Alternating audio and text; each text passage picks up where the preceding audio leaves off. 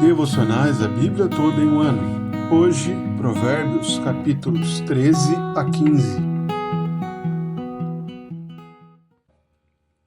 Os capítulos 13 a 15 de Provérbios continuam aquela lista de provérbios de Salomão em que ele trata sobre muitos assuntos, mostrando sabedoria que procede do temor do Senhor.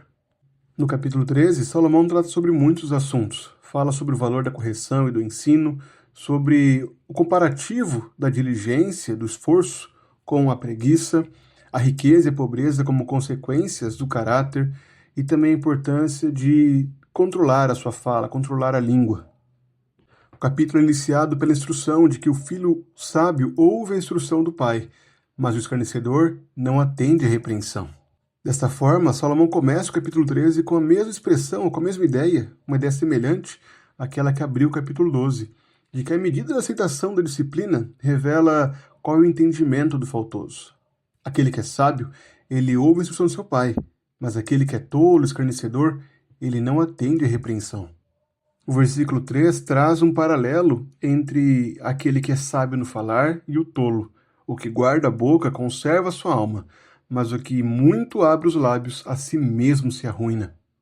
Com isso, Salomão está ensinando a termos uma linguagem cuidadosa, a sermos reservados no que falamos, a não sermos precipitados para nos expressar. O versículo 4 faz o primeiro comparativo entre o preguiçoso e o diligente. O preguiçoso deseja e nada tem, mas a alma dos diligentes se farta. Esse provérbio ensina algo que é muito visível, que aqueles que trabalham têm uma facilidade maior em alcançar seus propósitos do que aqueles que são preguiçosos e esperam que as coisas aconteçam do nada.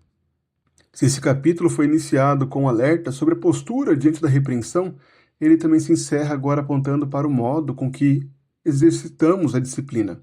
O versículo 24 afirma: o que retém a vara aborrece seu filho, mas o que o ama, cedo o disciplina.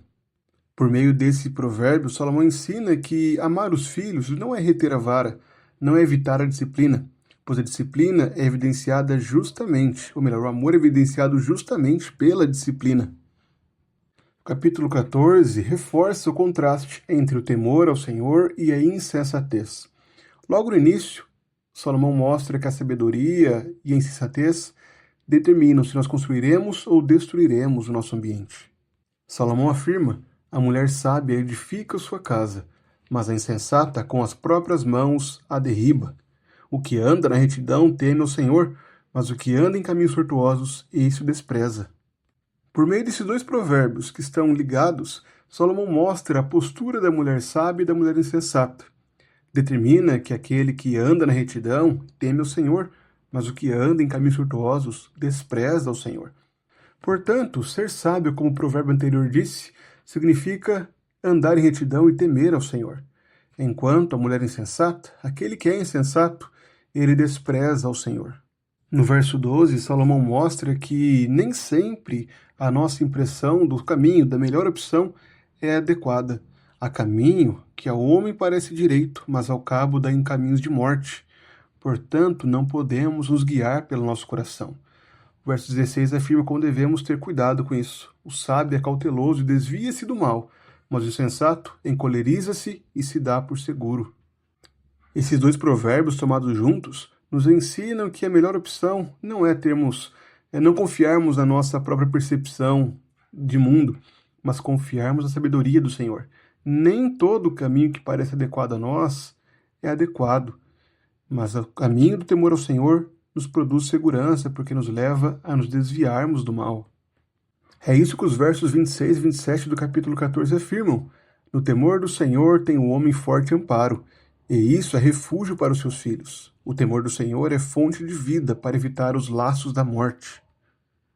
O capítulo 15 nos ensina muito sobre o cuidado com a fala. O versículo 1 do capítulo 15 afirma: a resposta branda desvia o furor, mas a palavra dura suscita ira. Em seguida, um outro provérbio é lançado: a língua dos sábios adorna o conhecimento, mas a boca dos insensatos derrama a estultícia. Esses dois provérbios tomados juntos mostram a importância da sabedoria no falar, pois ao agirmos de forma insensata, nós podemos suscitar a ira, podemos criar um ambiente de conflito e de violência por conta do nosso falar. Enquanto isso, por outro lado, A língua sábia, ela demonstra conhecimento. Nos versos 5 a 7, Salomão adverte sobre a disciplina e sobre a postura sábia. O insensato despreza a instrução de seu pai, mas o que atende à repreensão consegue a prudência. No versículo 7, novamente, o alerta é sobre a língua. A língua dos sábios derrama o conhecimento, mas o coração dos insensatos não procede assim. Novamente, observamos que esses provérbios abordam temas variados. Mas essa seção nos mostra e nos ensina que a sabedoria se manifesta em muitas áreas. As atitudes sábias podem ser notadas na disposição em aprender, na repreensão, como recebe a repreensão, na postura diligente no trabalho, na forma como trabalhamos com zelo, no fato de também tratarmos aos outros de forma adequada, mas principalmente em nossa fala. Aquilo que falamos deve demonstrar a sabedoria que procede do nosso coração ou também revela a insensatez que está presente em nosso coração. Desta forma, o temor ao Senhor não é algo subjetivo, que não é notável, mas ele pode ser claramente observado em como reagimos, em como agimos nesse mundo. E esses textos apontam também para Cristo. Cristo é o Filho obediente que ama a instrução. Ele também é o sábio, que sabe muito bem controlar a sua língua e que procede e que profere palavras de vida. Ele é o justo que edifica com a verdade e se compadece dos aflitos. Ele não é apenas o Filho sábio, mas ele é a própria sabedoria encarnada.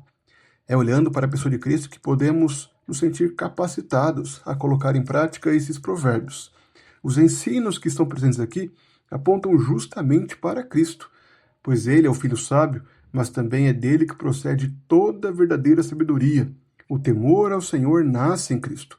Portanto, precisamos nos deleitar nele, para que assim desfrutemos da sabedoria que Salomão nos apresenta nesses provérbios.